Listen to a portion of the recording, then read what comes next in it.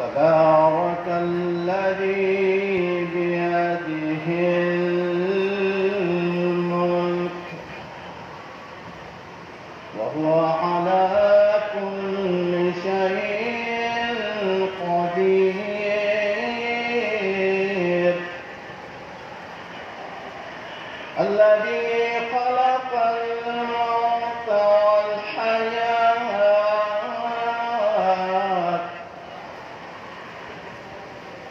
ليبلوكم أيكم أحسن عملا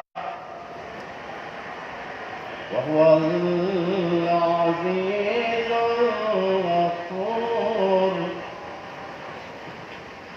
الذي خلق 7 سماوات طباقا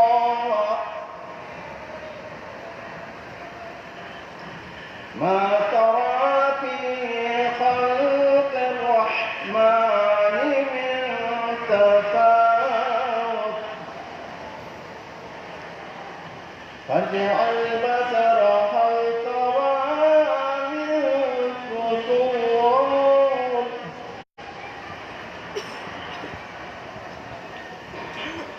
ثم ارجع البصر كرتين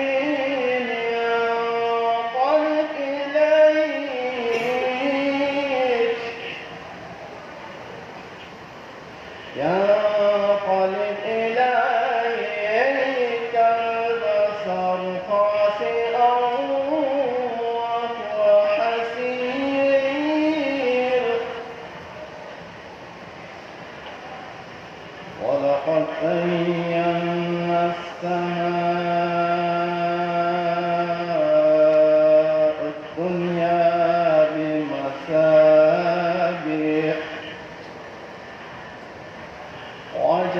وجعلناها رجوما للشياطين وأعتدنا لهم عذاب السعير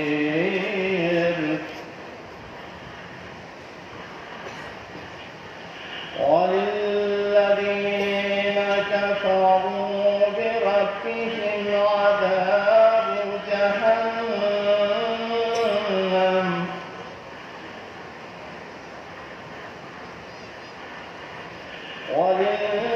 وللذين كفروا بربهم عذاب جهنم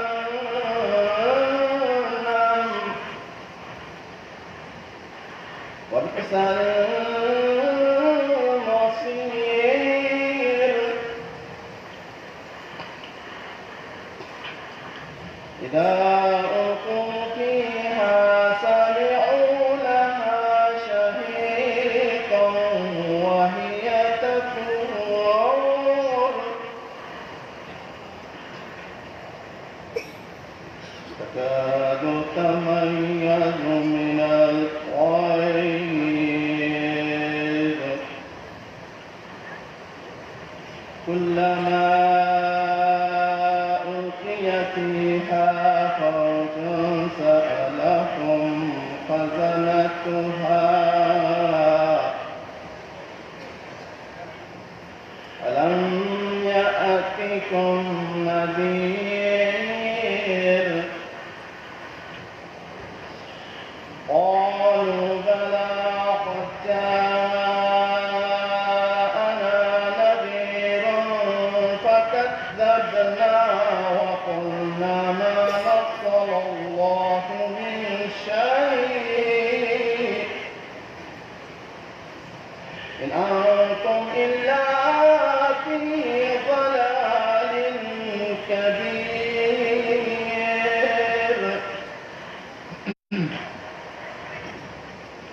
وقالوا لو كنا نسمع أو نعقل ما كنا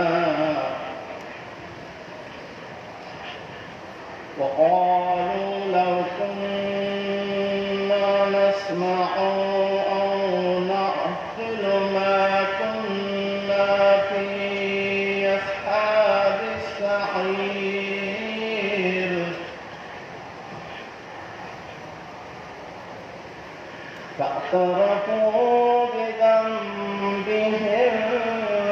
سحقا لأصحاب السعير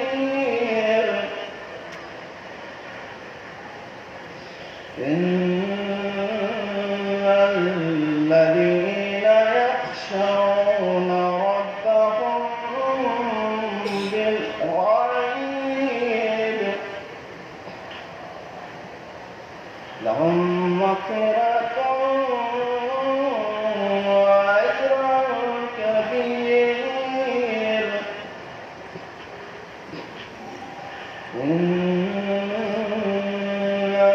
الذين يخشون ربهم بالغيب لهم مغفرة وأجر كبير وأسروا قولكم واسهروا به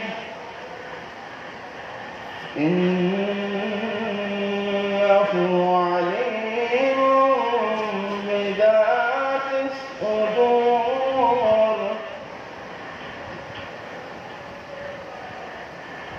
ألا يعلم من خلق وهو اللطيف الخبير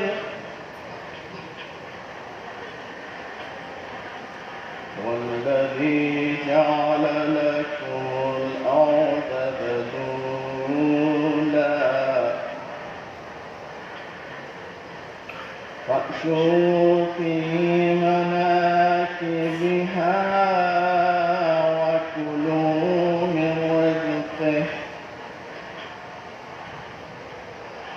وكلوا من رزقه وإليه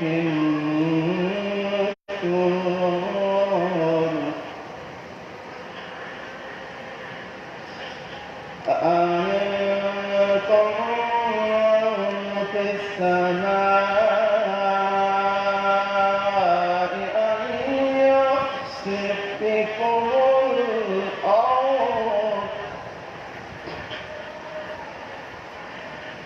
أن يخسف بكم الأرض فإذا هي تمور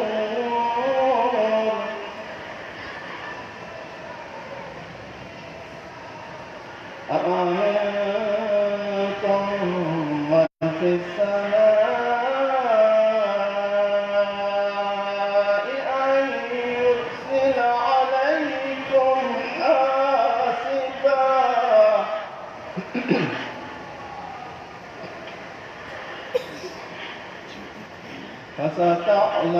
فستعلمون كيف نذير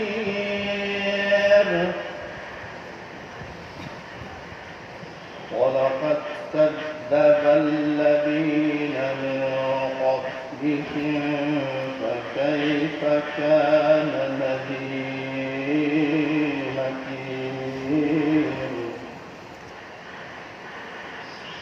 ولقد كذب الذين من قبلهم فكيف كان نكير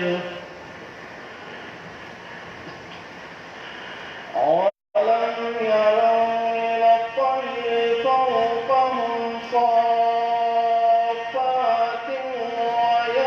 ويقبضن ما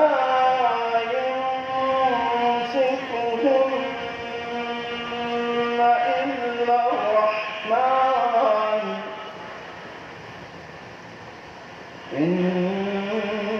إنه بكل شيء بصير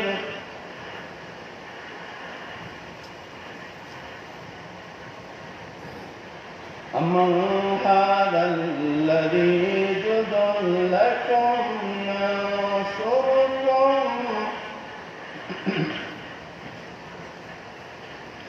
أمن هذا الذي هو جند لكم ينصركم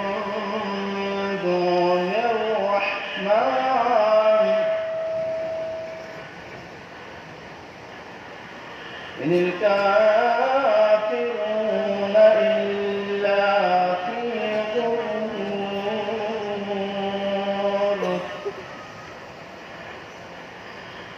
أمن هذا الذي يرزقكم إن أمسك رزقه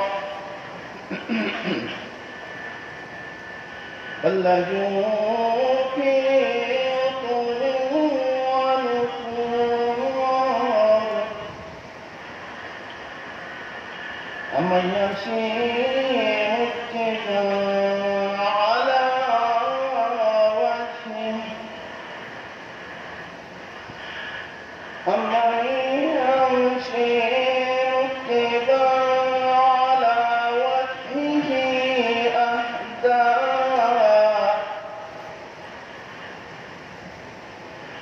أمن يمشي سويا على صراط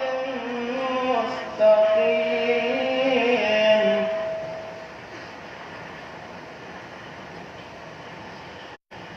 وهو الذي أنشأكم وجعل لكم السمع والأبصار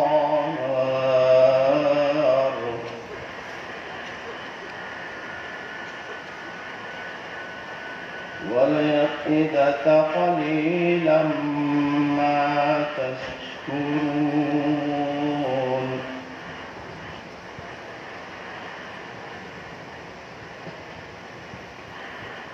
قل هو الذي ذرأكم في الأرض وإليه تحشرون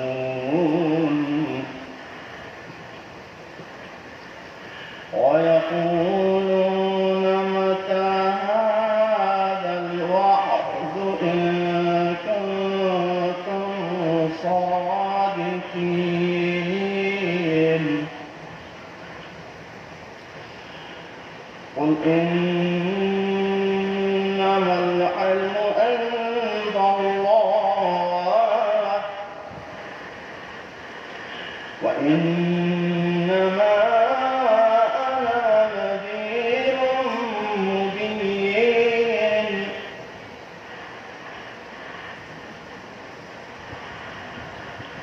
فلما رأوا الفتى سيئت وجوه الذين كفروا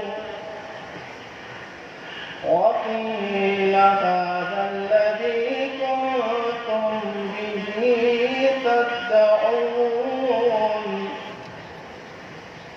قل أرأيتم إن أهلكني الله ومن معي أو رحمنا ومن يجير الكافرين من عذاب أليم قل هو الرحمن آمنا به وتوكل فستعلمون من هو في ضلال مبين قل رأيتم إن أصبح معكم غورا فمن يأتيكم بماء معين صدق الله العلي العظيم.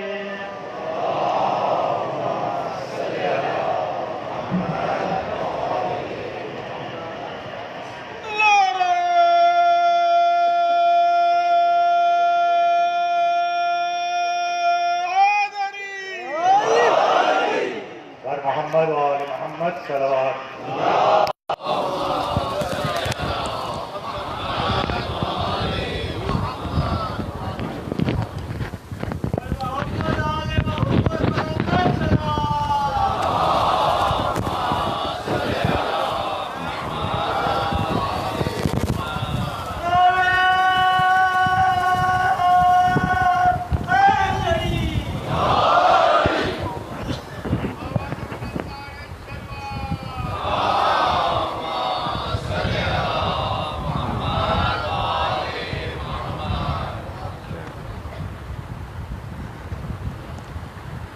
أعوذ بالله من الشيطان الرجيم بسم الله الرحمن الرحيم الحمد لله الذي نور قلوب العارفين بنور معرفته وأثبت فؤاد أنبيائه وأوليائه بقصص الأنبياء والمرسلين وأكمل إيمان المسلمين والمؤمنين بولاية علي أمير المؤمنين عليه السلام.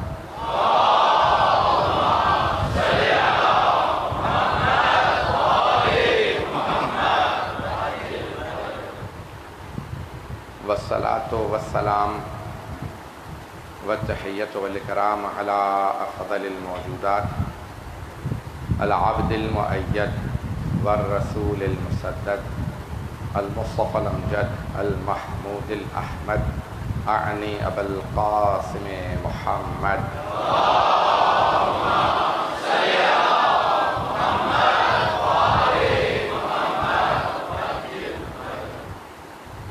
وعلى روحه ونفسه وسحره ووصيه سيد الأتقياء والأصفياء مولى الموالي إمام المتقين علي بن أبي طالب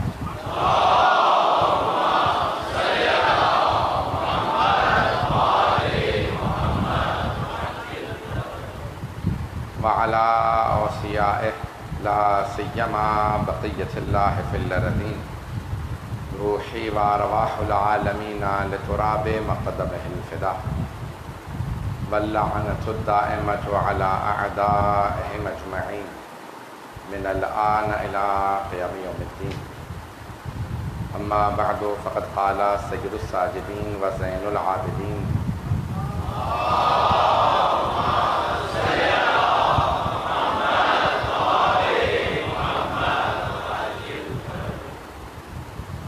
الحمد لله الذي من علينا بمحمد صلى الله عليه وآله وسلم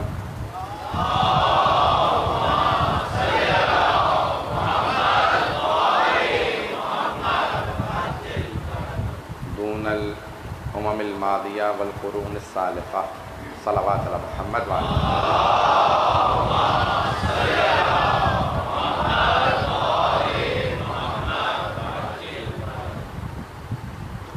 صحیفہ سجادیہ ہمارا عنوان ہے، سلسلے کی تیسری مجلس ہے. آپ کی خدمت میں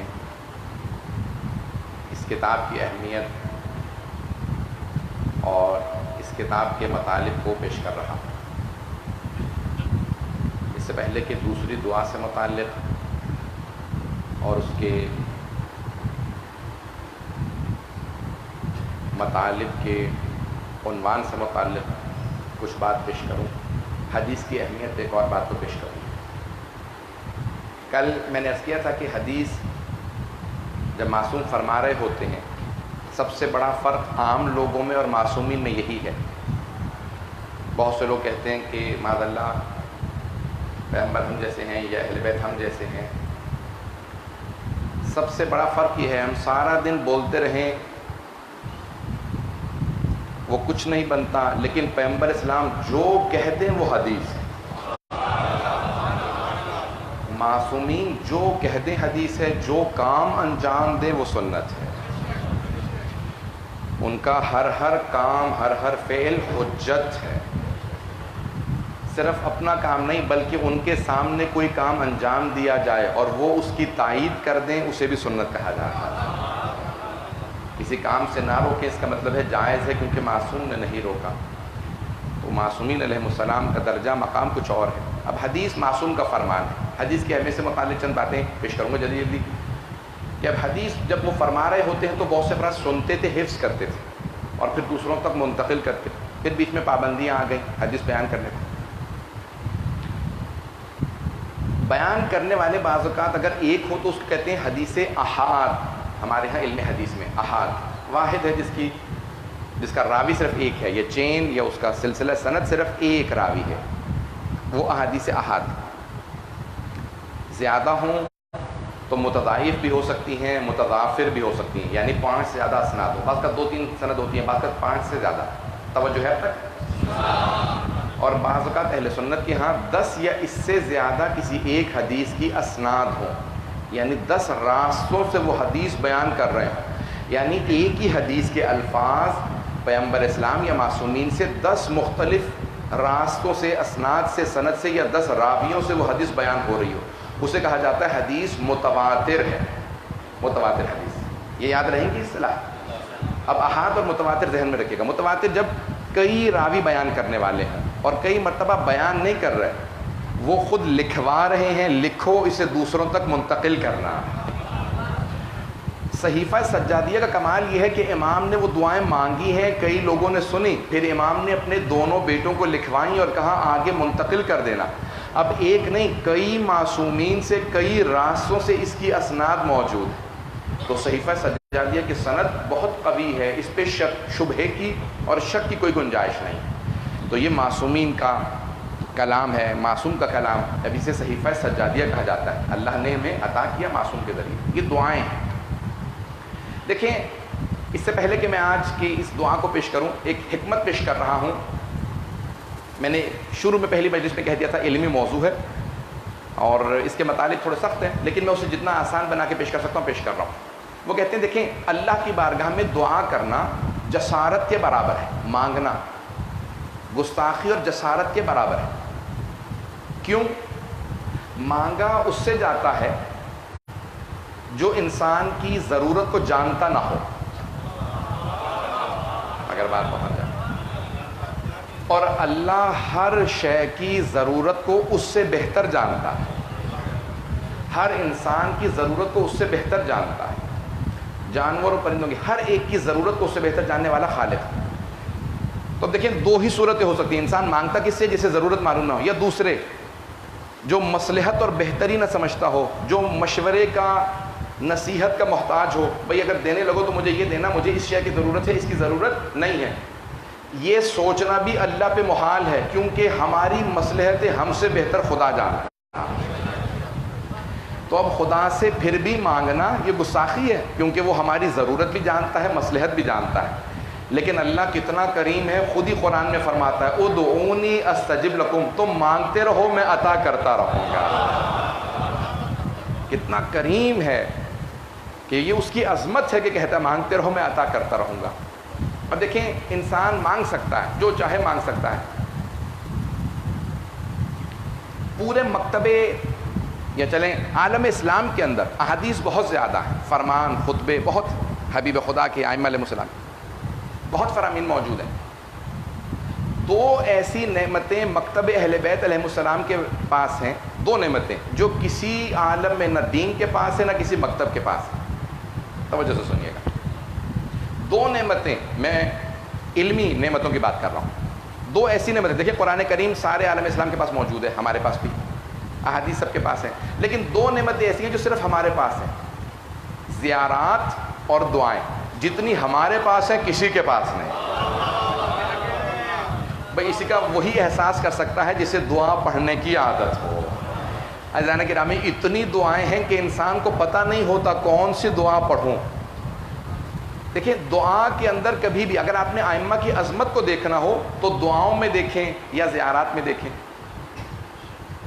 اس جملے کو پیش کر رہا ہوں، آپ کی نظر کر رہا ہوں۔ خطبہ جب معصوم دے رہے ہیں تو وہ اپنے معیار کے حساب سے دے رہے ہیں، لیکن وہ دیکھتے ہیں سننے والے کون ہیں۔ جب سننے والے افراد جیسے ہوں تو معصوم اپنے ہی کلام کو آسان بنا دیتے ہیں، لیکن جب وہ دعا مانگ رہے ہوتے ہیں تو وہ دعا خالق سے مانگ رہے ہیں۔ اب جس سے وہ دعا مانگ رہے ہیں اس میں کوئی کمی نہیں ہے، توجہ، جس سے دعا مانگ رہے ہیں اس میں کوئی کمی نہیں، وہ کامل ذات ہے، اور جو دعا مانگنے والے ہیں ان میں بھی کوئی کمی نہیں ہے۔ وہ خالقیت میں کمال پہ ہیں، یہ مخلوقیت میں کمال پہ ہیں۔ اب مانگنے والا اپنے کمال پہ، جس سے مانگ رہے ہیں وہ اپنے کمال پہ، اس لیے دعا سے پتہ چلتا ہے معصوم کے کلام کی عظمت کا۔ دعا سے اندازہ، اس میں توحید کو بیان کیا، اس میں جو کچھ بیان کریں گے۔ عزیزان گرامی، آج جس دعا کا میں نے انتخاب کیا، دوسری دعا کا، اس سے پہلے کہ میں کچھ پیش کروں ایک جملہ پیش کرنا چاہتا ہوں۔ میں اندازہ لگا سکتا ہوں مجمع کہاں تک ہے، میں پوری زندگی بھی خدا کا ایک سجدہ کرتے ہوئے گزار دوں، مر جاؤں اس سجدے میں، تب بھی میں شکر ادا نہیں کر سکتا جتنی عزت آپ لوگ مجھے دے رہے ہیں آل محمد کے صدقے میں، اور آل محمد نے یہ مجھے عطا کی کہ میں اتنے ہزاروں کے حساب سے لوگ سن رہے ہیں اور سب لوگ توجہ سے سن رہے ہیں. میں بار بار ہمیشہ صرف یہی توسل کرتا رہتا ہوں کہ مولا میری زبان سے کوئی آپ کے مکتب کے خلاف بات نہ نکلے. میں جو پیش کروں وہ آپ کی رضایت کے لیے پیش کروں.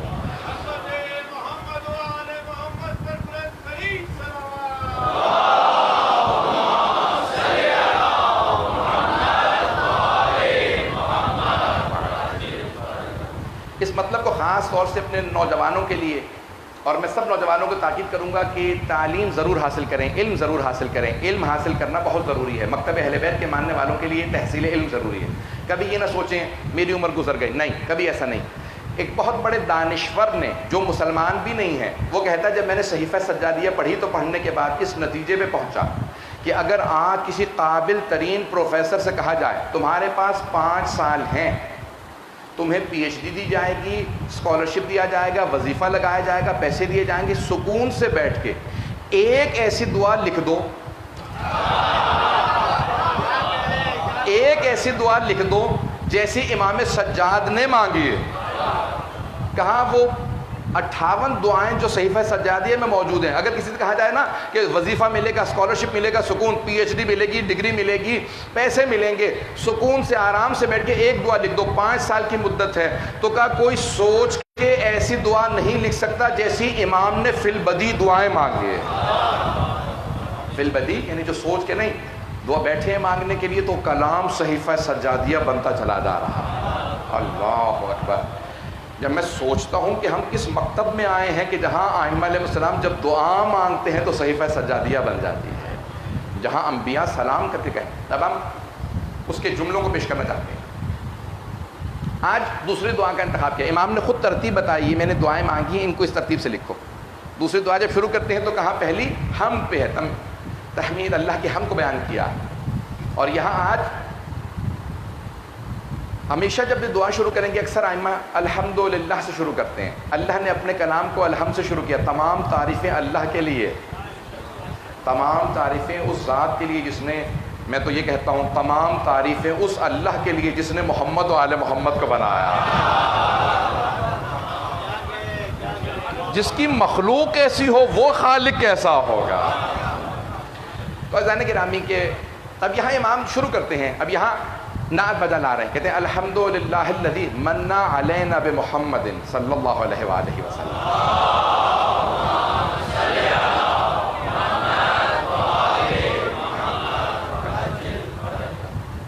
امام جب شروع کرتے ہیں کہتے ہیں تمام تعریفیں اس خدا کے لیے جس نے ہم پہ, مسلمانوں پہ یہ احسان کیا ہے کہ اس نے محمد مصطفیٰ کو ہم میں بھیجا.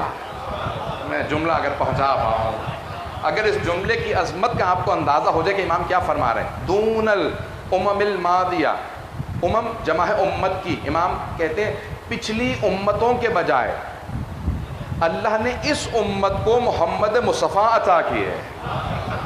والقرون السالفہ, قرون جمع ہے قرن کی, قرن کہتے ہیں صدی کو, کا گزشتہ صدیوں کے بجائے اللہ نے اس امت پہ احسان کیا کہ ان صدیوں کے اندر جس نبی کو مبعوث کیا, ہم جب تک کہلائیں گے قیامت تک تو سارے انبیاء کے سامنے کھڑے ہو کے جب ساری امتیں آ رہی ہوں گی تو ہم سب کے سب کہیں گے ہم امت محمدی میں ہیں.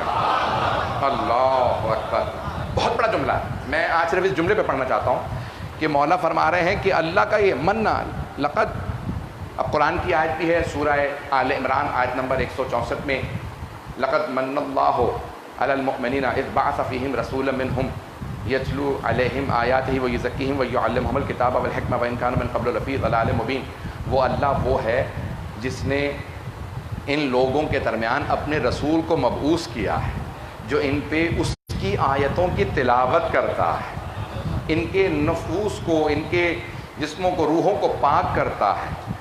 عزیزان گرامی کتنے باریکیوں سے اللہ بیان کر رہا ہے, لیکن کہتا ہے لقد من اللہ علی المؤمنین, اللہ نے احسان کیا ہے مومنوں کے اوپر کہ اس نے محمد کو مبعوث کیا. میں جملہ نہیں پہنچا پا رہا, ترجمہ نہیں کر پا رہا ہوں, سارے مجمع کی توجہ ہو اس ایک جملے کی طرف. اللہ کہہ رہا ہے اللہ نے احسان کیا, لقد من اللہ. امام بھی اسی جملے کو استعمال کر رہے ہیں کہ الحمدللہ الذی من علینا بمحمد, تعریف اس خدا کی جس نے ہم پہ احسان کیا کہ محمد کو مبعوث کیا. قرآن کہتا ہے، اللہ کہہ رہا ہے میں نے احسان کیا مومنوں پہ، مومنوں پہ اللہ کہتا ہے میں نے احسان کیا مومنوں پہ کہ میں نے محمد کو ان میں مبعوث کیا۔ امام بھی کہتے ہیں تعریف اس خدا کی جس نے محمد کو مبعوث کیا۔ توجہ، وہ خدا جس نے ساری نعمتیں ہمیں دی ہیں، اتنی نعمتیں دی، کسی نعمت پہ نہیں کہا ارے دیکھتے نہیں پانی میں نے بھیجا، اتنی نعمتیں دینے کے بعد کبھی نہیں کہتا میرا احسان تو یاد رکھو میں نے تمہیں یہ نعمت دی ہے، لیکن نہ جانے اس نے محمد کو کس طرح سے بنایا ہے کہ وہ کہتا ہے سب کچھ دیا، لیکن وہ اللہ وہ ہے کہ جس نے مومنوں کو محمد جیسا نبی عطا کیا۔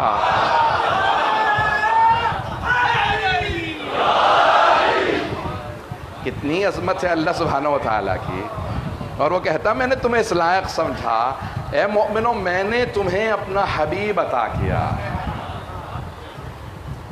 اس کی عظمت کا اندازہ آپ کو ایک جملے سے ہوگا، اگر میں اشارہ کرتے ہوئے آگے بڑھوں گا۔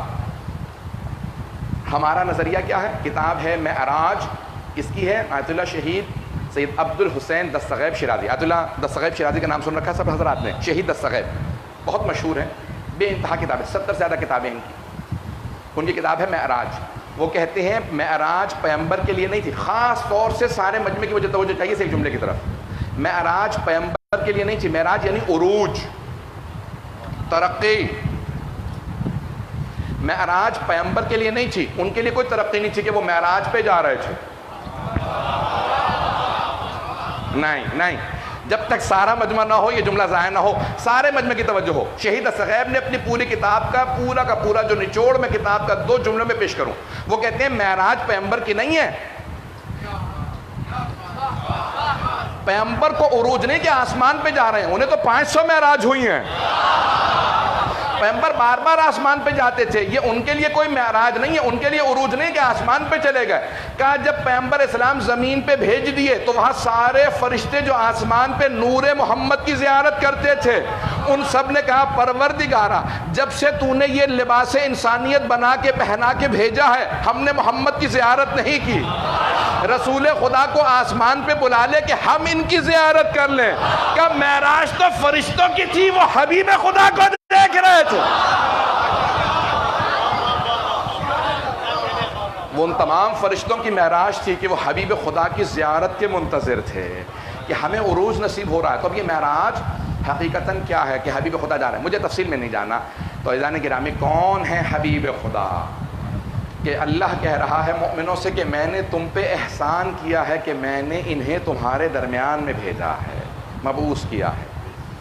اور قرآن کہتا ہے جناب امیر کا اس آیت پہ، اگلی آیت جو میں پیش کرنے والا ہوں اس آیت پہ خطبہ ہے نہج البلاغہ میں، وما کانا ربک یعذبہم، اور آپ کا رب ان پہ کبھی عذاب نہیں کرے گا، وانت فیہم، اور آپ ان میں موجود ہیں، وہم یستغفرون، اور یہ استغفار کر رہے ہیں۔ مولانا اس پہ خطبہ دے کے کہتے ہیں کہ وہ اللہ کتنا باعظمت ہے، وہ کہتے ہیں میرے حبیب یہ آپ کی امت ہے اس لیے میں ان پہ عذاب نہیں کر رہا۔ توجہ ہو، اے میرے حبیب آپ ان میں موجود ہیں، میں ان پہ عذاب نہیں کر رہا۔ آپ نے پڑھا قرآن کو خاص طور سے پڑھا کیجئے، چاہے ایک آیت پڑھیں ضرور، قرآن کی تلاوت کی عادت بنائیں۔ بعض اوقات گزشتہ انبیاء کی امتوں میں دیکھیں، جناب شعیب، جناب ایوب، بڑے بڑے انبیاء کی امتوں کو دیکھیں، کیوں عذاب آیا؟ کہا رہے یہ ترازو میں تولنے میں خیانت کرتے تھے، عذاب آ گیا۔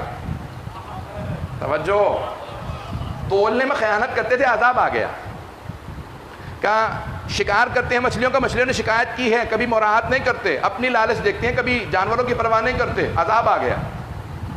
جناب شعیب سے متعلق دیکھیے، بڑے بڑے انبیاء سے متعلق، جناب صالح سے متعلق اونٹنی کا کوہان کاٹ دیا، عذاب آ گیا۔ کن کن چیزوں پہ امتوں پہ عذاب آئے ہیں؟ آج وہ تمام گناہ اگر آپ قرآن میں پڑھیں گے تو امت محمدی کے اندر وہ گناہ ہو رہے ہیں، لیکن آپ نے کبھی غور کیا کہ عذاب نہیں آ رہا؟ اس لیے نہیں کہ ہم اتنے اچھے ہیں، کیونکہ امت محمدی ہیں۔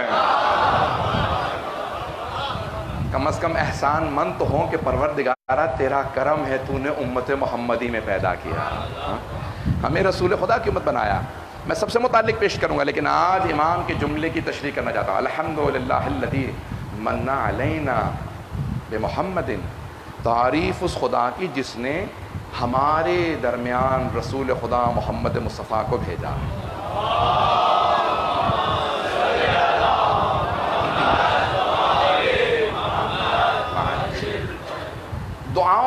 پہ بھی جائیں آپ، کسی بھی امام کی دعا ہو، امیر المؤمنین علی بن ابی طالب علیہ السلام سے لے کے 12ویں امام تک کی سب کی دعاؤں میں دیکھیں رسول خدا کا خاص ذکر ملے گا.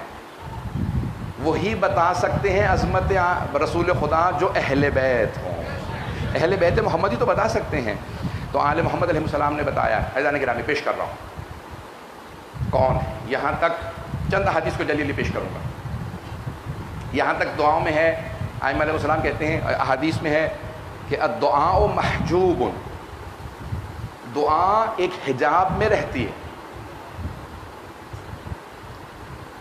ایک مثال دینا چاہتا ہوں. اگر ایک ایسے کمرے میں بند کر دیا جائے جو ساؤنڈ پروف ہو، ساؤنڈ پروف سمجھتے ہیں نا، آواز باہر نہ آ سکے، موٹی موٹی دیواریں ہوں، اس کے اندر ایسا سامان لگا دیا گیا ہو کہ آواز باہر نہ آئے، وہاں پہ آپ کھڑے ہو کے چیختے رہیے، جتنے بھی لوگ باہر ہیں کچھ نہیں سن سکیں گے. کیوں؟ کیونکہ وہ ساؤنڈ پروف ہے، اس کی آوازوں کو بند کر دیا، باہر نہ آ سکیں. امام فرماتے ہیں کہ دعا محجوب ہے، حجاب میں رہتی ہے، اس کی آواز باہر ہی نہیں جاتی، آپ ہی تک رہتی ہے. توجہ توجہ، سارے مجمع کی توجہ ہو، مجھے سارے مجمع کی توجہ چاہیے. عزیزان گرامی معصوم فرماتے ہیں دعا محجوب یعنی چھپی ہوئی رہتی ہے، آواز ہی نہیں جاتی، یہ دعا یہیں رہ جاتی ہے، عرش تک جاتی ہی نہیں ہے، پروردگار سنتا ہی نہیں. کیوں؟ اس لیے نہیں کہ وہ نہیں سن سکتا، کیونکہ ہمارے گناہ اتنے زیادہ ہوتے ہیں کہ اگر چاہتے ہو خالق سنے تو پھر جتنے بھی گناہ ہو پھر بھی وہ خالق دعا کو سنے گا اگر پہلے اور بعد میں محمد و آل محمد پہ صلوات پڑھو.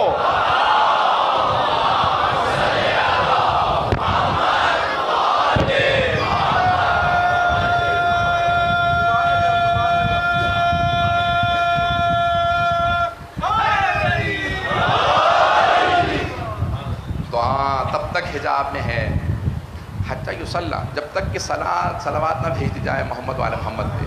عزیزان گرامی یہ سارے حجابات خود بہت کھلنے لگتے ہیں جب ان کو یاد کرنے کے بعد انسان دعا مانگتا ہے. تو اب ائمہ علیہ السلام نے دعاؤں کو شروع کیا حبیب خدا کے نام سے، ہمیشہ ان پہ درود بھیجا.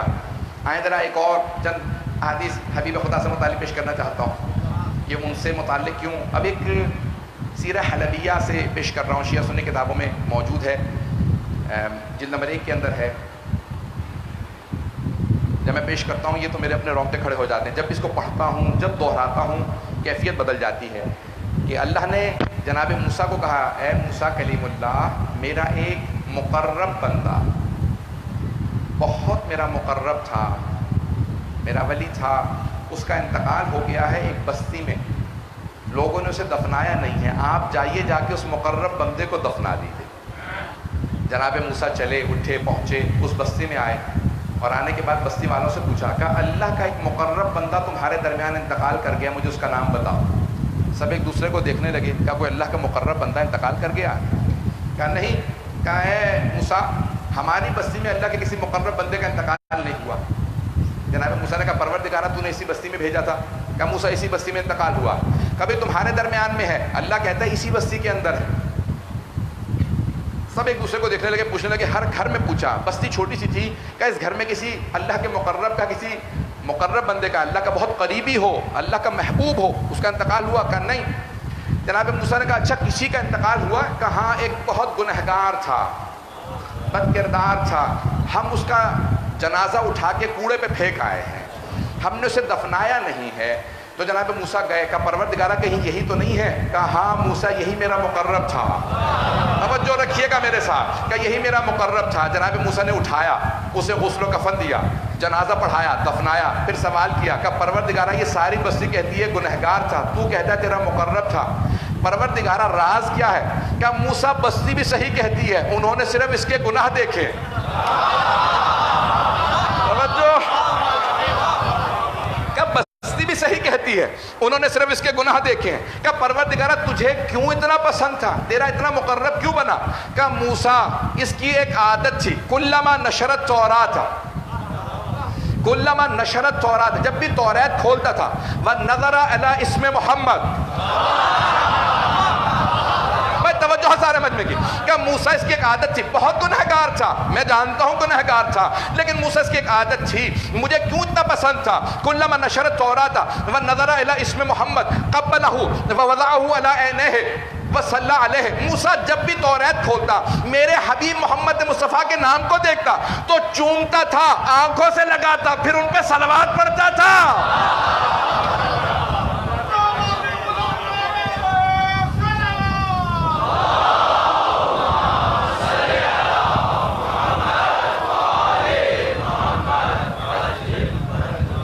جب بھی توریت کھولتا میرے حبیب کے نام کو دیکھتا, بہت چوم کے آنکھوں سے لگاتا, ووضعہ علی عینیہ, اپنی آنکھوں سے لگاتا, وصلی علیہ, ان پر ان کی آیت پہ درود پڑھا کرتا تھا. کہا موسیٰ وہ سارے گناہ ایک طرف, لیکن وہ اس کی ایک عادت مجھے اتنی پسند تھی, میں نے اسے اپنا مقرب بنا دیا تھا. ارے حبیب خدا کے نام سے محبت رکھنے والا ایسا نام سے نہیں پہنچا سکا. بھئی یہ ملا نہیں تھا, شخصیت کو نہیں جانتا تھا, زیارت نہیں کی تھی, صحابی نہیں بنا تھا, صرف نام سے اتنی محبت تھی. جسے نام سے اتنی محبت ہو, گنہگار بھی ہو تو مقرب ہے, اور جسے آل سے محبت ہو,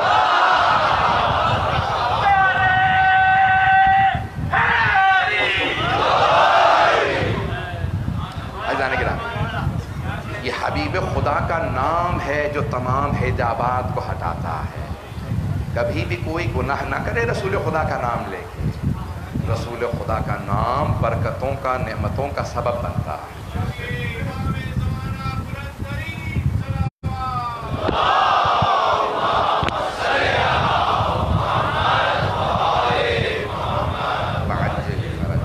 تو عزیزان گرامی, آپ نے دیکھا قنوت کے اندر بھی جب ہم دعا مانگتے ہیں تو پہلے اللہم صلی علی محمد وعلی محمد پڑھتے ہیں, آخر میں بھی. کیوں مولا یہ صلوات ہی کیوں قبول ہے؟ کہا اللہ نے بھی تو کہا ہے نا, ان اللہ وملائکتہ یصلون علی النبی یا ایھا الذین آمنوا صلوا علیہ وسلموا تسلیما.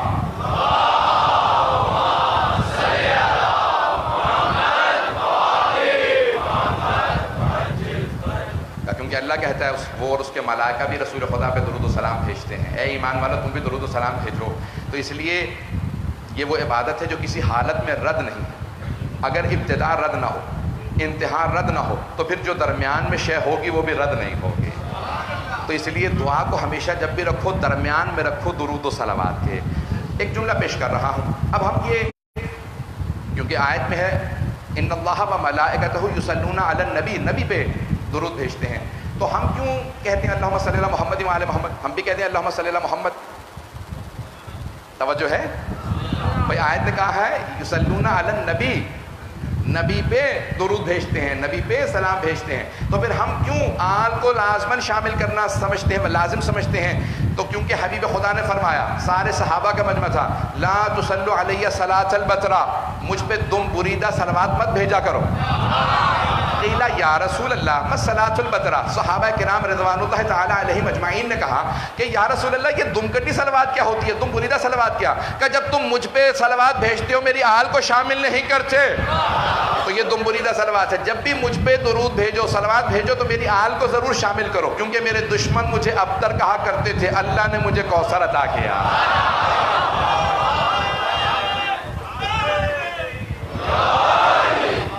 کہ اللہ نے کوثر عطا کیا, اس لیے میری آل کو ہمیشہ میرے ساتھ یاد رکھنا. تو عزیزان گرامی, اس لیے تمام مسلمان, شیعہ سنی تمام مسلمان جب بھی نماز پڑھتے ہیں تو تشہد میں اللہم صلی علی محمد وعلی محمد ضرور کہتے ہیں. اور یہ راز ہے نماز کی قبولیت. اللہ اکبر سے شروع ہو کے جب تمام کر رہے ہیں تشہد میں کہتے ہیں اللہم صلی علی محمد وعلی محمد. اب قبولیت مل رہی ہے نا, قبولیت ملتی ہے جب انسان محمد وعلی محمد کو درود بھیجتا ہے, پھر سلام کرتا ہے, السلام علیکہ ایھا النبی ورحمۃ اللہ وبرکاتہ, السلام علینا وعلی عباد اللہ الصالحین. یہ عباد کبھی سمجھ میں آیا آپ کو؟ عباد جمع ہے اب کی. آپ نے ابھی تشہد میں پڑھا واشہد ان محمدً عبدہ ورسولہ, اب کی جمع ہے عباد. تو کوئی رسول خدا جیسے ہیں نا کہ جن پہ آپ سلام بھیج رہے ہیں, پہلے نبی پہ بھیجا سلام, پھر عباد پہ بھیجا, وہی عباد ہیں جو پیغمبر کے ساتھ ساتھ ہے. اب کون ساتھ ساتھ ہیں ایک جملے سے واضح ہو جائے گا, پھر میں اس دعا کی اور مزید تشریح کروں گا. سننا پسند فرمائیں گے جملہ؟ آپ کی محبتوں کی نظر کر رہا ہوں, عقیدتوں کی, کہ جس پیارے انداز سے سب سن رہے ہیں.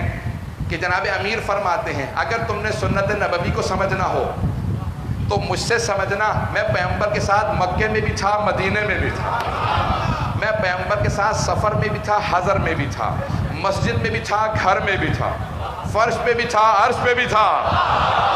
میں پیغمبر کے ساتھ ایسے رہا کرتا تھا جیسے اونٹنی کا بچہ ماں کے ساتھ رہا کرتا۔ مجھے توجہ چاہیے اس جملے کی طرف۔ جب بھی معصوم کوئی مثال دے اس میں حکمت ضرور ہوتی ہے۔ مولا فرماتے ہیں میں حبیب خدا کے ساتھ ایسے رہا کرتا تھا جیسے اونٹنی کا بچہ ماں کے ساتھ رہتا۔ ارے اتنے جانوروں کے بچے ماں کے ساتھ رہتے ہیں، جب بھی کوئی تشبیہ دے نا معصوم، جیسے کہا اسد اللہ، شیر سے تشبیہ دی ہے تو شیر کے اندر شجاعت ہوتی ہے، تو وجہ تشبیہ کیا؟ تشبیہ کیوں دی ہے؟ شجاعت کی وجہ سے۔ جب بھی معصوم کوئی استعارہ استعمال کرے، کوئی مثال استعمال کرے، اس کی حکمت کو سمجھنا بڑا ضروری ہوتا ہے۔ تو امیر فرماتے ہیں، حضرت امیر کہتے ہیں میں حبیب خدا کے ساتھ ایسے رہا کرتا تھا جیسے اونٹنی کا بچہ ماں کے ساتھ رہتا۔ ارے گھوڑے کا بچہ بھی ماں کے ساتھ رہتا، بکری کا بچہ بھی ماں کے ساتھ رہتا ہے، گائے کا بچہ بھی ماں کے ساتھ، کتنے جانوروں کے بچے ماں کے ساتھ۔ لیکن اونٹنی کے بچے کی خصوصیت یہ ہے نہ وہ کبھی ماں سے بہت آگے جاتا،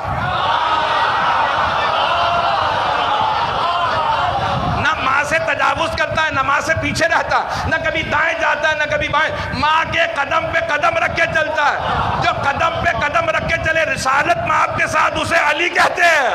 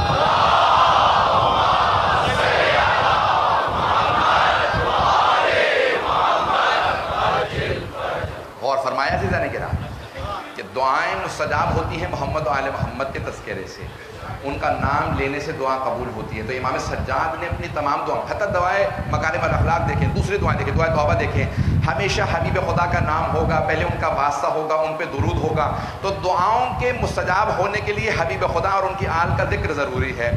اور بہت سے افراد بعض اوقات ذہن میں ایک شبہ لے آتے ہیں کہ نہیں رسول خدا اور ان کی آل سے توسل کرنا یہ معاذ اللہ بدعت ہے، یہ شرک ہے۔ آئیے ذرا مختصر سا جواب دوں گا۔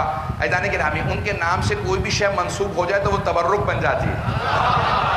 بہت سے لوگ پہنچ گئے، ان کے نام سے کوئی بھی شے منسوب ہو تو وہ تبرک ہے، دعا بھی ہو تو باعظمت ہے کیونکہ ان کی دعا۔ اور یہ ہمارا عقیدہ نہیں ہے، صحابہ رضوان اللہ علیہم کا بھی یہی عقیدہ تھا، صحابہ کا بھی یہی عقیدہ تھا۔ جب پیغمبر وضو بجا لاتے تھے تو صحابہ وہ وضو کا پانی زمین پہ گرنے نہیں دیتے تھے۔ مورخین نے لکھا، شیعہ سنی مورخین نے، صحابہ ظرف میں وہ پانی لے لیتے تھے، کہا یہ پانی گرنے نہ دینا، برتن میں رکھ لو، اگر کوئی بیمار ہوگا تو پلا دینا۔ تو تبرک کے منکروں کو بتا دیجئے صحابہ بھی تبرک کو مانتے تھے۔ رضوان اللہ علیہ، حبیب خدا کے بدن سے مس ہوا پانی، اور خدا کی قسم یہاں تک ملتا ہے کہ دعا کیوں مستجاب نہ ہو۔ میں واقعہ پڑھ رہا تھا وہی خراسانی کتاب میں، کہتے ہیں کہ ایک صحابی کا بچہ بیمار ہوا، اس نے فوراً کہا جاؤ جا کے حبیب خدا کی ابا سے ایک دھاگا نکال لاؤ۔ بچہ بیمار ہے، اسے اٹھا کے مسجد نہیں لے جا سکتے، وہ کنیز آئے تو حبیب خدا کھڑے ہو گئے، کائنات میں مجھے ایک اور ایسی ہستی دکھا دے جس کی اپنی حکومت ہو، رسالت ہو، ولایت ہو، قرآن کا مالک ہو، کائنات کا مالک ہو، اللہ کا محبوب ترین رسول ہو، پر ایک ادنا سی کنیز کی تعظیم میں کھڑا ہو جائے۔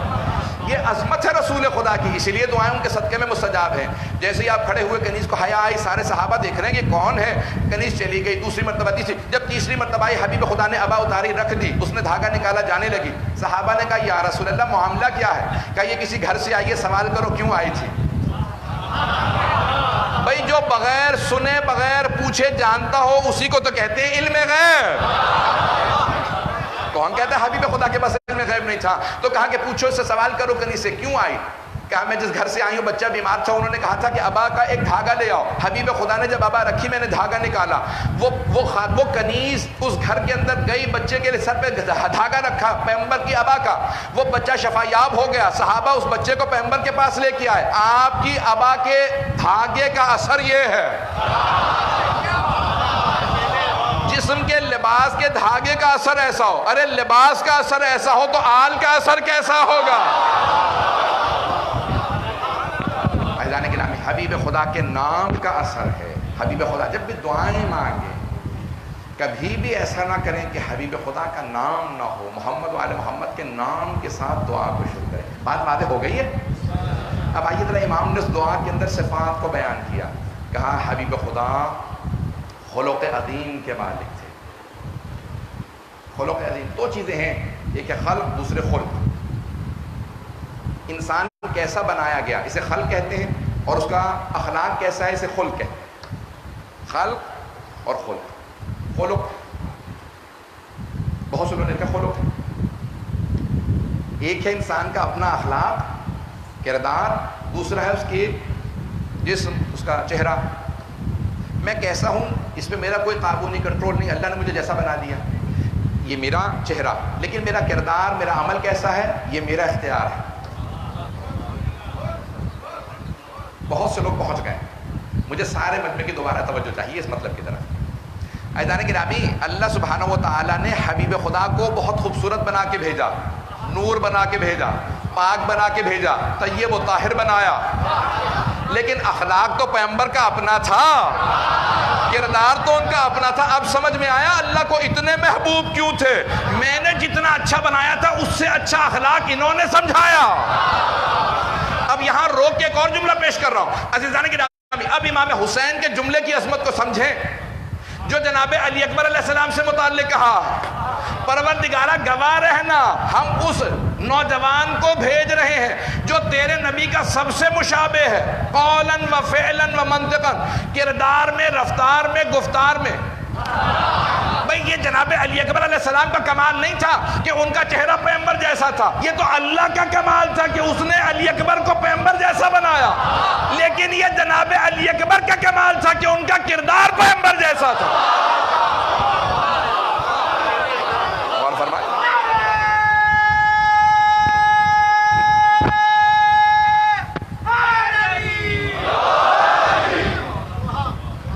یہ جناب علی اکبر علیہ السلام کا کمال ہے کہ انہوں نے اپنے کردار کو اتنا بلند کیا کہ حسین جیسی باعظمت ہستی کہنے پہ مجبور ہوں کہ گواہ رہنا پروردگارہ یہ سب سے مشابہ ہے، اپنے کردار میں بھی تیرے حبیب تھے۔ یہ عظمت ہے عزیزان گرامی، اس لیے دوبارہ یہاں بھی امام کہتے ہیں کہ جو سب سے باخلق اخلاق میں ان سے بہتر کوئی نہیں۔ اخلاق کیا شے ہے مجھے آج اسی کو پیش کرنا ہے، پھر انشاءاللہ دعائے مکارم الاخلاق کو پیش کروں گا کسی دن تو اس میں تفصیلی۔ اگر آج کی اس تقریر کے اندر حبیب خدا کے اس ایک پہلو کو میں پیش کر پایا تو میں سمجھتا ہوں کہ حق ادا ہو جائے گا۔ اخلاق کیا شے ہے؟ پوچھا معصوم سے تو پانچویں امام نے فرمایا روز قیامت انسان کے نامہ اعمال میں، عمل میں یعنی عقیدے میں نہیں، عمل میں سب سے افضل شے اس کا اخلاق ہوگا۔ عمل میں پوچھا مولا اخلاق میں سب سے بنیادی شے کیا ہے؟ کم مسکراہٹ۔ جو آدمی مسکرا کے بات کرتا ہے وہ ویسے ہی دلوں میں گھر کر لیتا، اور رسول خدا کی صفت لکھی گئی ہے۔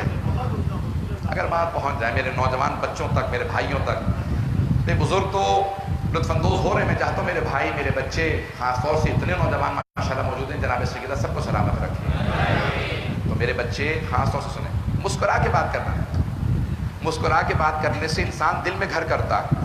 کانا رسول اللہ دائماً یتبسم، حبیب خدا ہمیشہ تبسم فرماتے تھے۔ ہمیشہ مسکراتے رہتے.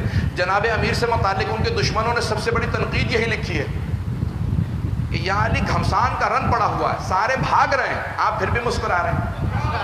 پتہ نہیں توجہ ہے یا نہیں. جناب امیر ہمیشہ مسکراتے رہتے تھے, ائمہ اہل بیت ہمیشہ مسکراتے تھے. ایک بہت بڑے علم نفسیات کے ماہر نے, سائیکالوجسٹ نے تحقیق لکھی ہے. وہ کہتا ہے کہ اگر آپ ٹیلی فون پہ بھی بات کر رہے ہو, اگر آنکھیں چڑھا کے بات کریں تو اگلے پہ اور اثر ہوگا, اور ٹیلی فون پہ بھی مسکرا کے بات کریں تو سننے والے پہ اثر کچھ اور ہوگا. پتہ نہیں بات پہنچی نہیں پہنچی. اس مسکراہٹ کا بڑا اثر ہوتا. طرف سے طرف بات کہیں مسکرا کے تو اس کا اثر کچھ اور ہے. عزیزان گرامی, اخلاق, حبیب خدا کسی کافر سے بھی پیش آتے ہیں تو اخلاق سے. یہاں تک کہ قرآن کی آیت ہے, اسی سورہ آل عمران کے اندر ہے, لو كنت فظا غلیظ القلب لانفضوا من حولك. میرے حبیب اگر آپ کرخت مزاج ہوتے, تلخ مزاج ہوتے, غصے والے اور برے مزاج کے ہوتے تو سب کے سب آپ کو چھوڑ کے چلے جاتے. یہ آپ کا اچھا اخلاق ہے کہ آپ نے سب کو اپنی طرف جذب کر لیا. یہ آپ کی کشش اخلاق. پیغمبر اسلام جب گزرتے تھے تو مورخین نے لکھا, حتیٰ اورینٹلسٹ, مستشرقین یعنی جو مشرقی دنیا پہ تحقیق کرتے ہیں, کافر مشرق یعنی مغربی دنیا میں رہنے والے, مسلمان نہیں ہیں, وہ تک لکھتے ہیں کہ محمد کا سب سے بڑا کمال یہ تھا صلی اللہ علیہ وسلم کا کہ جب چلتے تھے تو راہ چلتا ہوا رک کے واپس آتا تھا, پوچھتا تھا میں جانتا نہیں, یہ بتاؤ کون ہے؟ تو صحابہ کہتے تھے یہی رسول خدا ہیں. شخصیت اتنی پرکشش تھی, مسکراہٹ ٹھیک ہے, نور, حبیب خدا کا وجود زندہ معجزہ, لیکن آپ کی ہستی مسکراہٹ, آنکھیں دعوت دینے والی. پیغمبر اسلام اپنا چہرہ ایسا تھا کہ جو دیکھتا تھا وہ خود بہت گرمیدہ ہوتا تھا. شخصیت, عزیزان گرامی, ہمارے نوجوان, ہمارے بچے جب کسی کو دعوت دیں اخلاق سے پیش. اہل بیت علیہ السلام کا سب سے بڑا کمال کیا ہے؟ ان کا اخلاق. اب آئیں ذرا چوتھے امام سے متعلق دو جملے پیش کروں. آپ نے سن رکھا ہوگا, شاید دسیوں مرتبہ, سینکڑوں مرتبہ اس روایت کو سنا ہو. حسین ابن نمیر کون ہے؟ قاتل حضرت علی اکبر علیہ السلام, حضرت علی اکبر کا قاتل جس نے برچھی ماری تھی, نام ہے اس کا حسین ابن, ملعون ترین افراد میں سے کربلا کے حسین ابن نمیر. ایک مرتبہ کہیں سفر میں امام سجاد علیہ السلام کے پاس آ گیا, جانتا نہیں تھا امام سجاد کا قافلہ, روکا, کہا مجھے پیاس لگی ہے, شدت سے پیاس لگی, پانی پلا دیجیے. امام نے ہماری کا پردہ کھولا, دیا, پانی دیا. اس نے چہرہ دیکھا, پہچان گیا فوراً کہ یہ سید الساجدین ہے. اس نے جلدی سے پانی پیا اور دوڑنے لگا. جب دور چلا گیا نا کہ اب میں بہت دور ہوں, یہ مجھے, ائمہ علیہ السلام پیچھا نہیں کرتے تھے, کسی کا پیچھا نہیں کرتے تھے, تعاقب میں نہیں جاتے تھے. جو آ جاتا تھا اگر قاتل تو پھر تو وہ دور دوڑا بھاگ کے, جب دور چلا گیا نا تو اس نے آواز دی, کہا اے سید سجاد آپ مجھے پہچانے نہیں, میں آپ کہہ رہا ہوں. اس نے جس طرح سے بھی کہا, اس نے کہا مجھے پہچانے نہیں. امام نے کہا نہیں, میں تجھے پہچان گیا تھا, تو میرے بھائی کا قاتل. کہا آپ پہچان گئے تھے؟ امام نے کہا. کہا پھر بھی آپ نے مجھے پانی پلا دیا, ہم نے تو آپ کا پانی بند کر دیا تھا. مولا نے کہا وہ تیرا کردار تھا, یہ میرا کردار. امام کی عظمت کیسی ہے. جب وہ قاتل بھی سائل بن کے, پیاسا بن کے آئے تو امام کہتے ہیں نہیں, اس وقت قتل نہیں کروں گا, تو اس وقت میرے ہاتھوں نہیں مارا جائے گا. ہاں تو واجب القتل ہے, لیکن اس وقت تجھے یاد آئے کہ پیاس کیسی ہوتی ہے. عزیزان گرامی, تاریخ نے بیان کیا ہے کہ امام سجاد نے جب دعائیں مانگی تو حتیٰ دشمن بھی سن کے روتے تھے امام کی دعا, دشمن بھی. اور جانتے کیا کہتے تھے؟ سید سجاد کی دعا میں بڑا اثر ہے, آواز میں بڑا اثر ہے. پوری دنیا میں رسم ہے, پہلی محرم کو مدینے سے روانگی کے مسائل پڑھے جاتے ہیں. تفصیل سے نہیں پڑھوں گا, مختصر جتنا ہو سکے پیش کروں گا آپ خدمت. امام سجاد علیہ السلام بھی اس قافلے میں ہیں, لیکن سارے مورخین نے لکھا ہے پانی بھرنے کی ذمہ داری حضرت عباس علیہ السلام کی تھی. اور جناب عباس نے بے انتہا مشقیں پانی کے ایک اونٹ نہیں، اونٹنیوں پہ کتنی ہی اونٹنیوں کو پانی سے لانا. ارے اتنا پانی؟ ہاں. کہیں پانی کی قلت نہیں ہونی چاہیے، پانی کہیں ختم نہ ہو جائے، کیونکہ ہمارے ساتھ مستورات بھی ہیں، بچے بھی ہیں. حضرت عباس کی عظمت کو دیکھیں، ہمارے ساتھ خواتین بھی ہیں، بچے بھی ہیں. ایک بات اور کہوں گا، محرم ہے، ایک کام ضرور کیجیے گا اس محرم میں. اگر آپ کہیں پہ بھی کالج میں، اسکول میں، یونیورسٹی میں، کہیں پہ آپ نوکری کرتے ہوں، ہر آدمی کو کہیں اگر پیاسے ہوں تو مجھ سے کہیں میں آپ کو پانی پلاؤں، اور نیت کر لیں امام حسین کی محبت میں پانی پلا رہا ہوں. اور ہر دفعہ جب کسی کو پانی دیں تو فوراً کہے اے حسین آپ کی بھوک پیاس پہ قربان. تو اس مہینے میں ہر آدمی کوشش کرے دوسرے کو پانی پلائے. امام حسین کے نام پہ پانی پلانا شفاعت کا سبب بنتا ہے، شفاعت کا سبب بنتا ہے. تو اب ایک مرتبہ بہت بڑا مورخ اور یا راوی عبداللہ ابن سنان محاربی یا کوفی، وہ کہتا ہے میں نے سنا امام حسین علیہ السلام مدینہ چھوڑ کے جا رہے ہیں. میں فوراً امام حسین کے گھر آیا دیکھنے کے لیے مدینے والے رسول خدا کے نواسے کو کیسے رخصت کرتے ہیں. آپ نے سن رکھا ہے کہ امام حسین سب سے پہلے اپنے نانا کے روضے پہ گئے ودا کرنے، اور خود فرماتے ہیں میں نے اتنا گریہ کیا، قبر سے لپٹ کے گر گیا، اتنا رویا، نانا آپ کی امت مجھے آپ کی قبر سے جدا کر رہی ہے، آپ کے روضے سے جدا کر رہی ہے. فرماتے ہیں اتنا میں رویا، اتنا رویا کہ میں غش کر گیا، قبر پہ گر گیا، اور میں نے دیکھا کہ میرے نانا اپنی قبر سے اٹھ کے مجھے سینے سے لگا رہے ہیں. مجھے گلے لگا کے ایک مرتبہ میرے نانا نے پیار کیا.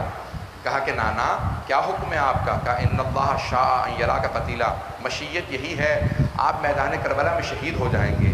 کہا میں نے صرف ایک اور سوال کیا، نانا میری بہنوں سے متعلق کیا؟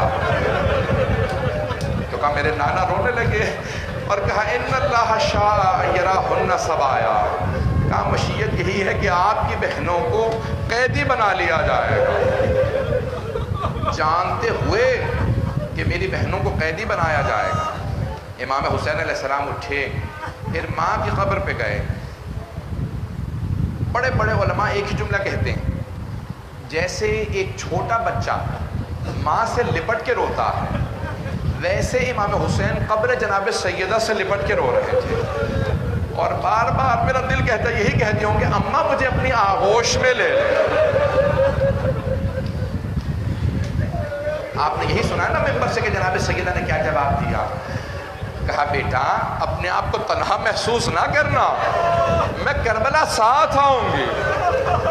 میرا دل کہتا ہے جناب سیدہ نے یہ بھی کہا ہوگا بیٹا صرف ساتھ نہیں آؤں گی، جب آپ پشت ذوالجناح سے زمین پہ آئیں گے میں اپنے برقعے کا دامن پھیلاؤں گی.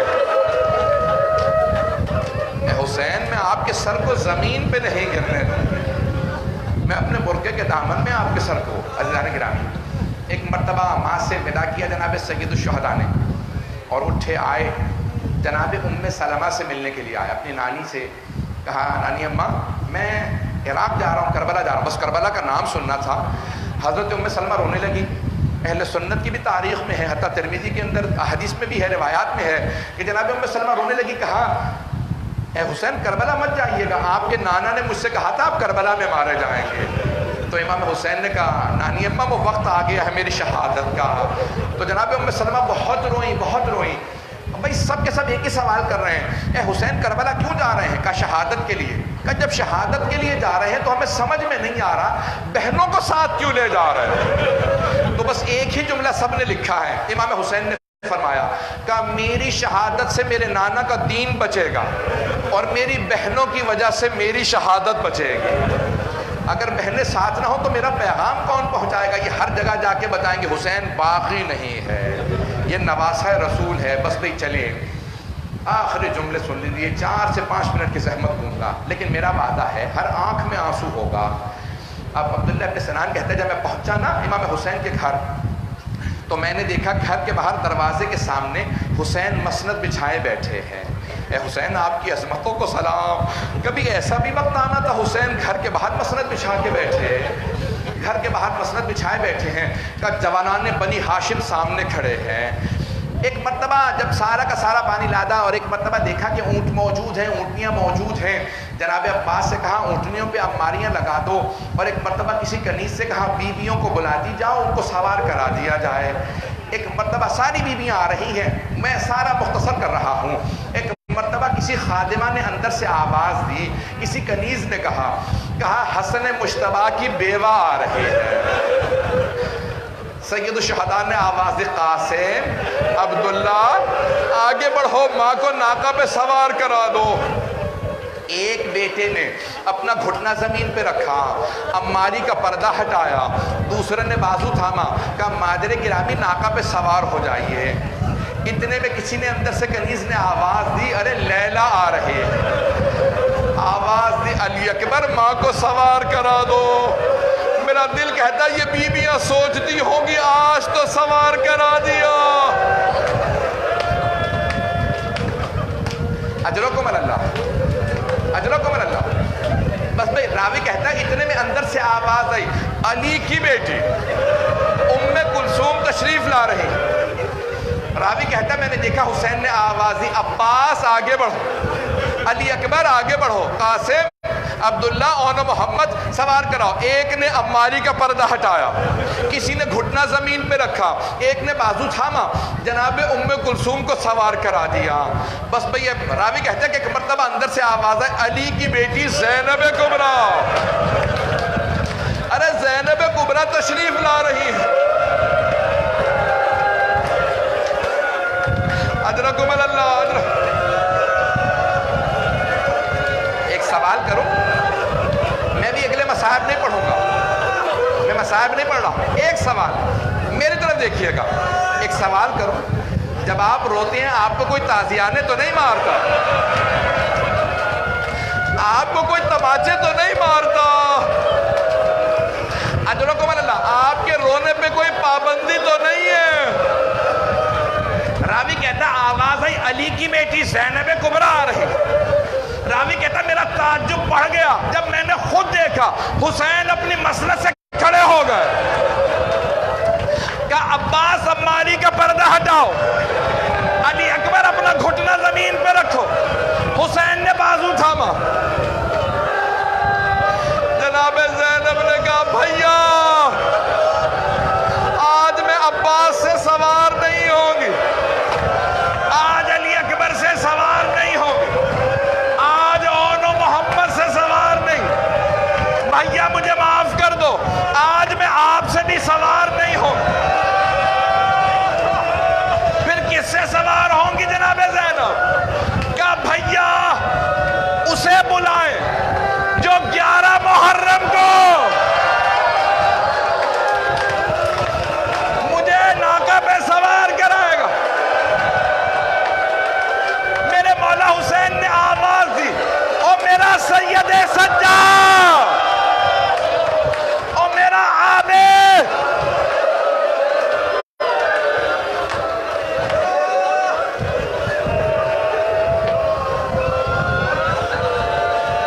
اجرکم اللہ۔ میں تمام کر دیتا، لیکن جب یہاں تو امام سجاد نے بازو تھاما سوار کرا دیا، میں نے کل کہا تھا نا جب 11 محرم کا دن آیا جناب زینب نے ہر بیوی کو سوار کرایا، یہاں تک کہ ماں کی کنیز جناب فضہ کو بھی ناقہ پہ سوار کرا دیا، لیکن جب دیکھا نا مولا سجاد کے گلے میں طوق ہے، اب بیوی سے رہا نہ گیا، مولا سجاد سے کچھ نہیں کہا، فرات کا رخ کیا، کہا میرے عباس آؤ آگے بہن کو دیکھو۔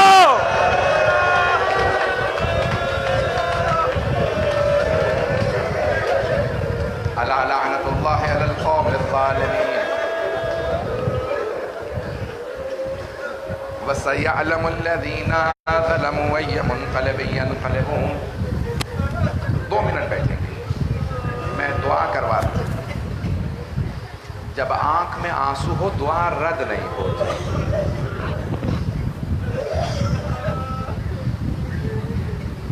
ایک واسطہ بتاؤں جو کبھی رد نہیں ہوتا؟ 2 واسطے ہیں جو کسی حالت میں رد نہیں ہوتے۔ کسی معصوم کا واسطہ رد نہیں ہے، لیکن ائمہ علیہ السلام بعض اوقات کسی کا حق مارنے کی وجہ سے نہیں سنتے، لیکن دو ایسے واسطے ہیں کہ اگر دشمن اہل بیت بھی یہ دو واسطے دے تو رد نہیں ہوتی دعا۔ دو واسطے جانتے ہیں کون سے دو واسطے ہیں؟ معصوم فرماتے ہیں ایک واسطہ جناب فاطمہ سلام اللہ علیہ، کوئی بھی واسطہ دے، پروردگارہ جناب فاطمہ کا واسطہ۔ کون سا واسطہ؟ پروردگارہ اس ہاتھ کا واسطہ جو پہلو پہ تھا۔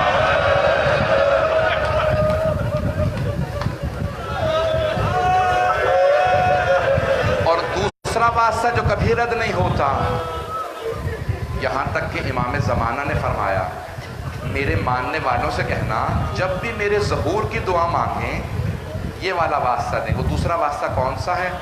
جناب زینب کی چادر کا واسطہ۔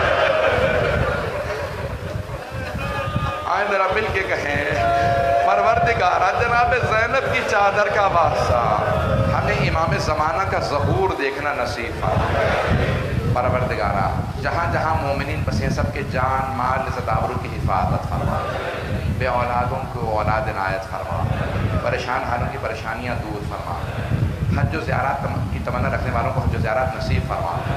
پروردگارہ ہمارے مقامات مقدسہ کی حفاظت فرما، جو مؤمنین و مؤمنات یہاں موجود ہیں کسی کو رد نہ فرما، سب کی دعائیں مستجاب فرما۔ بس میں ایک آخری واسطہ دے رہا ہوں، پروردگارہ ہاتھ بلند کیجیے گا، جو حاجات طلب کیجیے گا امام زمانہ کے ظہور کی پہلے دعا مانگے کے بعد میں اگر کوئی پریشان ہے، خصوصاً وہ والدین جو اپنے بچے بچیوں کی طرف سے پریشان ہیں، خصوصاً اگر بچیوں کے رشتوں کی طرف سے پریشان ہے، ایک واسطہ دے رہا ہوں پروردگارہ، واسطہ ان کانوں کا جن سے گوشواروں کو چھینا گیا تھا، پروردگارہ اس چھوٹی بیوی کی عظمتوں کا واسطہ، اس کرتے کا واسطہ جس پہ خون تھا، پروردگارہ کسی کی کسی دعا کو رد نہ فرما، ہم سب کی عاقبت بخیر فرما۔ ربنا تقبل منا انك انت السميع العليم بحق محمد وآله الطيبين الطاهرين المعصومين۔ مادم حسین